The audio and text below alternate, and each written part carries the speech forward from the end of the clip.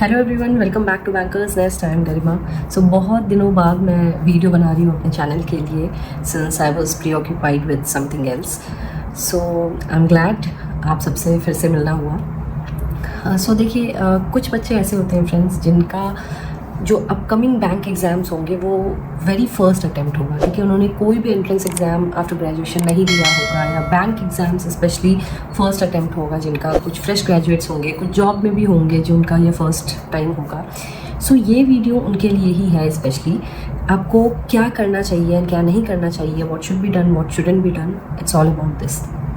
Okay, so the first thing is pre attempt. मतलब मान लीजिए आपका कुछ स्पेसिफिक एग्ज़ाम्स टारगेट कर रहे हैं आप, जैसे IBPS PO या SBI PO, ठीक है। बहुत सारे स्टूडेंट्स होते हैं, मैं भी उनमें से थी कि मैं क्लरिकल एग्ज़ाम्स नहीं टारगेट करती थी, बस ऑफिसर एग्ज़ाम्स ही टारगेट करती थी। सो आप में से भी बहुत लोग ऐसे होंगे जो बस स्पेसिफिक एग्ज़ाम्स टारगेट कर रहे होंगे। तो अगर आपके साथ भी ऐसा है, so my suggestion for you would be कि आपके टारगेट एग्ज़ाम्स के पहले अगर कोई ऐसा एग्ज़ाम पढ़ रहा है जिसका सिलेबस जो है मोर और less similar to bank exam है, तो you should give it a try. ठीक है, थोड़ा सा आपका पैसे वेस्ट होंगे उस एग्ज़ाम में, बट होगा क्या उससे, आपको फ़ायदा ये होगा कि आपको एक्चुअल जो एग्ज़ामिनेशन का एम्बियंस की फीलिंग आती है वो आपको महसूस होगी उसमें।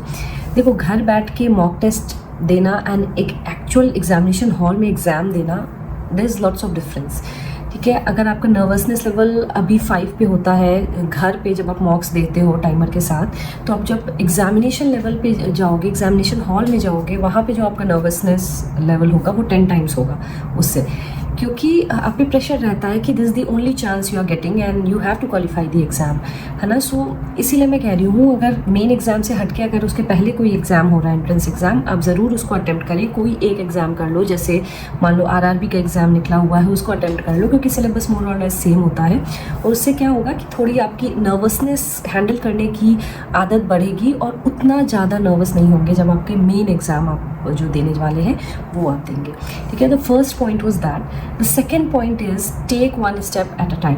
मतलब कि बहुत सारे बच्चे जो अभी जो बिगनर्स हैं या फिर फर्स्ट अटैम्प्ट है जिनका, वो क्या करते हैं, सब कुछ करने की कोशिश करते हैं कि आप ये भी एग्ज़ाम दे दो, वो भी एग्ज़ाम दे दो, प्री मेन सब का अभी से मैं तैयारी कर लूँ और मॉक्स भी सारे मैं अभी देने लगूँ।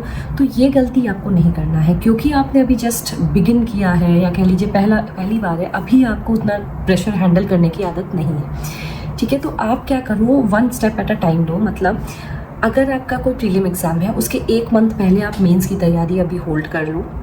बस पूरा फोकस जो होना चाहिए आपके प्रीलिम्स एग्जाम्स पे ही होना चाहिए, क्योंकि द इम्पॉर्टेंट थिंग इज़ यहाँ पे कि once you qualify the prelims, तभी आपको मेंस तक बैठने का भी मौका मिलेगा।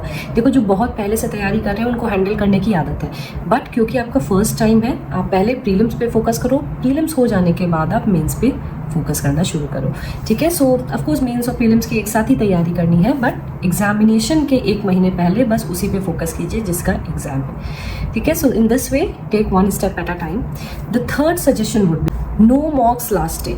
ठीक है, लास्ट डे पे आपको कोई मॉक्स नहीं लगाने हैं फ्रेंड्स। वो इसलिए मैं कह रही हूँ क्योंकि अगर मार्क्स आपके कम आएंगे, यू विल फील डिमोटिवेटेड, फिर उसका असर आपका एग्जामिनेशन पे पड़ेगा। ठीक है, सो कोशिश कीजिए लास्ट डे पूरा फ्री रखिए। इफ़ नॉट तो at least second half of the last day, just before the examination day जो होता है, वो आप बिल्कुल फ्री रखिए, ताकि एक रिलैक्स्ड माइंड में आप एग्ज़ाम दे पाए। अननेसेसरी प्रेशर लेने की उस दिन ज़रूरत नहीं है। वैसे भी देखो, लास्ट डे में आप ऐसा कुछ नहीं पढ़ लोगे जिससे आपका सिलेक्शन हो जाएगा, क्योंकि ये जो एंट्रेंस एग्ज़ाम होता है, ये 1 डे की प्रिपरेशन की वजह से आपका सिलेक्शन नहीं होगा। इसमें जो मंथ्स की प्रिपरेशन आपने की है, जो घंटों की प्रिपरेशन की है इतने मंथ से, उसकी बेसिस पे आपका सिलेक्शन होगा। ठीक है, सो लास्ट डे पे आपको कोई स्ट्रेस नहीं लेना है। The fourth point would be कि आपको पता होना चाहिए कि किस टॉपिक का वेटेज क्या है। Every topic doesn't require your 8 to 10 hours, तो ये कैसे आपको पता चलेगा? आपको पता चलेगा जब आप प्रीवियस ईयर्स के पेपर्स एनालाइज करोगे। It's a must. अगर आप कोई एग्जाम अटेम्प्ट करने जा रहे हैं, please do analyse the previous years papers of that particular exam. तो उसमें आपको वेटेज पता होना चाहिए किस टॉपिक का क्या है। देखो, कुछ टॉपिक्स ऐसे होते हैं फ्रेंड्स जिससे एग्जाम में क्वेश्चंस आएंगे ही आएंगे। ठीक है, and your attempt in this entrance exam is not getting 35 out of 35 in that particular section.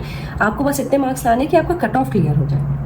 Topics अगर मैं कौन की बात करूँ तो मान लीजिए नंबर सीरीज में, उसमें 5 मार्क्स से क्वेश्चन आएंगे ही आपके। सिंप्लीफिकेशन है तो 5 से 10 मार्क्स से क्वेश्चन आने ही है उसमें। प्रीलिम्स की बात करूँ तो DI है तो 10 से 15 के मार्क्स के आने ही है उसमें क्वेश्चन।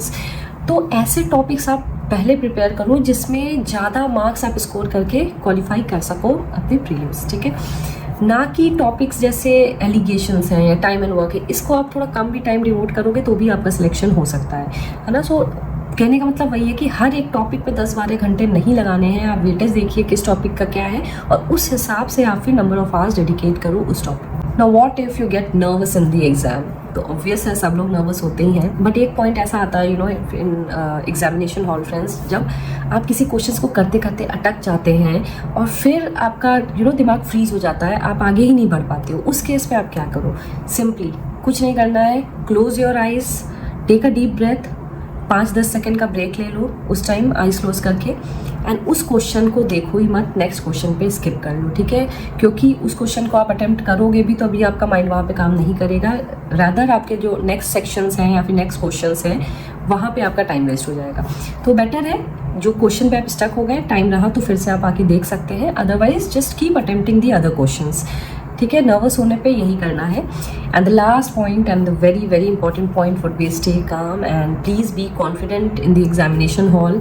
वो चक दे इंडिया का डायलॉग है ना, 70 मिनट हैं, सो ऐसे ही आपके पास भी 2 से 3 घंटे हैं जो आपकी ज़िंदगी बदल सकते हैं। जस्ट ट्राई टू फोकस, सब कुछ प्रॉब्लम्स असाइड करके, जितनी भी टेंशन्स हैं जो भी है वो अटेम्प्ट करने की जो आपकी कोशिश है वो रहनी चाहिए हमेशा, और पूरा फुल फोकस एग्जाम में होना चाहिए। And with the concentration, with the full confidence, you should attempt the exam and try to grab that one seat for yourself for that opportunity. So that was all in this video from my side, and I'll see you very soon in my next video.